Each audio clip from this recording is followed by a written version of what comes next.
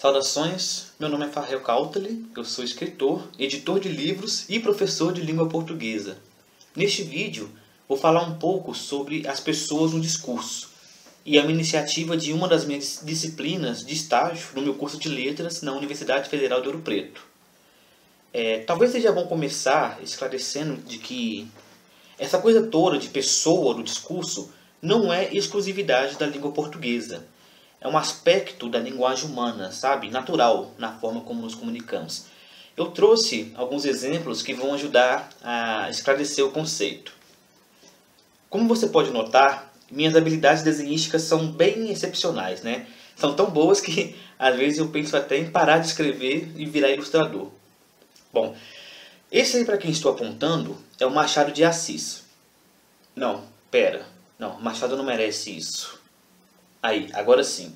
Esse aí, para quem estou apontando, é o Machado de Assis. Esse outro sou eu. E esse é você. E vamos supor que você está assistindo pelo celular uma aula minha sobre a literatura do Machado.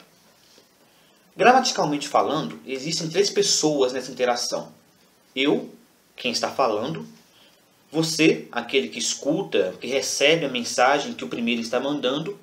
E o assunto, aquele sobre quem a primeira pessoa está falando. Mas olha, não é porque estamos falando de pessoa que se trata apenas de gente, de humanos, sabe? Pode ser bicho, objeto. Por exemplo, no lugar de estarmos falando sobre Machado, podemos, sei lá, estar falando sobre a bicicleta que uso para vir para a escola. Neste caso, a terceira pessoa é a bicicleta. Mas professor, eu sou sempre a segunda pessoa? Não. Quando você se manifesta, emite um discurso, você está ocupando o lugar da primeira pessoa. E eu, que estou ouvindo o que você está dizendo, passo a ocupar o lugar da segunda pessoa. Identificar as pessoas no discurso é bem fácil quando se conhece a estrutura própria de cada uma delas. Veja esse quadro aqui, por exemplo. Aqui temos as palavras-chave que caracterizam cada pessoa no discurso.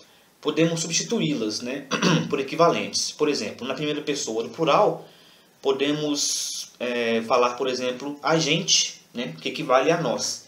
E na terceira pessoa, a gente pode usar o nome do indivíduo, do objeto, o sentimento, enfim. Aquilo sobre o que estamos falando, né?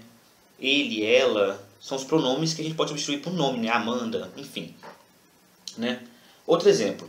Machado de Assis foi um escritor. Ele escreveu O Alienista e Memórias Póstumas. Machado aqui é o assunto e eu menciono ele duas vezes. Uma com o nome dele e a outra com o pronome, sabe? É o mesmo indivíduo. E já que estamos falando de literatura, né? Quer dizer, já estamos falando do Machado e aí remete à literatura, né? Eu gostaria de falar, por exemplo, que na literatura, geralmente, encontramos narrações em primeira pessoa ou terceira pessoa. E cada uma delas dá certa vantagem, ou melhor, uma limitação no jeito de contar a história, né? Por exemplo, é comum romances policiais serem narrados em primeira pessoa. Se é o personagem que está narrando, o leitor está limitado a saber somente aquilo que o personagem sabe ou suspeita do mistério que ele está desvendando. Já uma narrativa em terceira pessoa, podemos ter o que alguns chamam de narrador-deus. E eu acho que é um termo bastante apropriado, porque o narrador-deus seria aquele que tem acesso a todos os sentimentos e pensamentos de um personagem, ou de todos os personagens, e sabe tudo o que aconteceu e o que está para acontecer na história que está contando. É claro que não existe uma regra cravada, né? Você vai encontrar muito romance policial em terceira pessoa escrito por aí. O que são raros, né? O que é raro, são livros escritos em segunda pessoa. Eu só consigo me lembrar de uma coleçãozinha de livros que eu li uma vez, em que eu fazia o papel do Sherlock Holmes, né? E tinha de escolher qual pista seguir. O narrador ia me contando ali a descrição da cena e tal, e eu tinha que escolher, dava opções. O que você faz agora? Você segue o suspeito ou você fica e liga para a polícia ou chama amigos? Alguma coisa assim. Aí dependendo da escolha que você escolhia, você era direcionado a uma página específica para você continuar a sua história, né? Porque é isso mesmo, né? Um livro narrado em segunda pessoa onde o narrador conta para você a sua história, né? É difícil de achar, eu ainda quero escrever um. Mas enfim, separei uma tirinha da Dona Nésia, que eu acho muito engraçada, e que o surgimento de pessoas no discurso meio que ajudam a construir humor, né? Por exemplo, vou mostrar para vocês.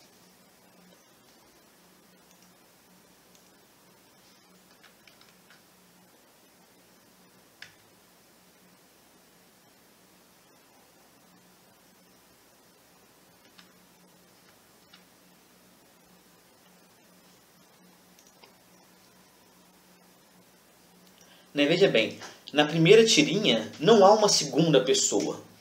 Ou então podemos dizer que ela mesma é a segunda pessoa, né, a Dona Nésia, porque ela está falando consigo mesma. No terceiro quadrinho, a segunda pessoa é a filha, porque a Dona Nésia está respondendo a pergunta dela.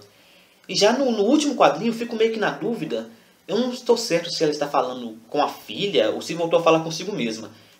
Eu acho isso particularmente hilário, né?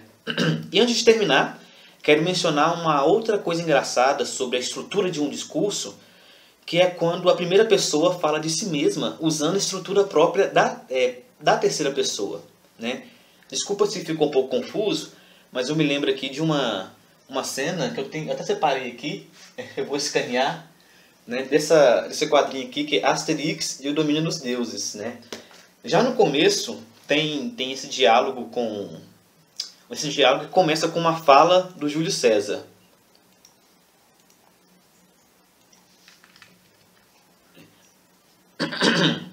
Vou comentar aqui algumas coisinhas com vocês.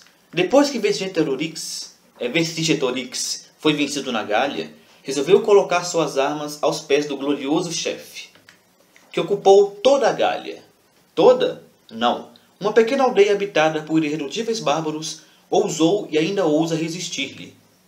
De quem ele está falando? Dele mesmo. Ele sempre fala de si mesmo na terceira pessoa. Como ele é formidável? Quem? Bem, o senhor. Ah, ele. Eu lembro da primeira vez que li. Achei muito engraçado, né? César se confundir com sua própria mania.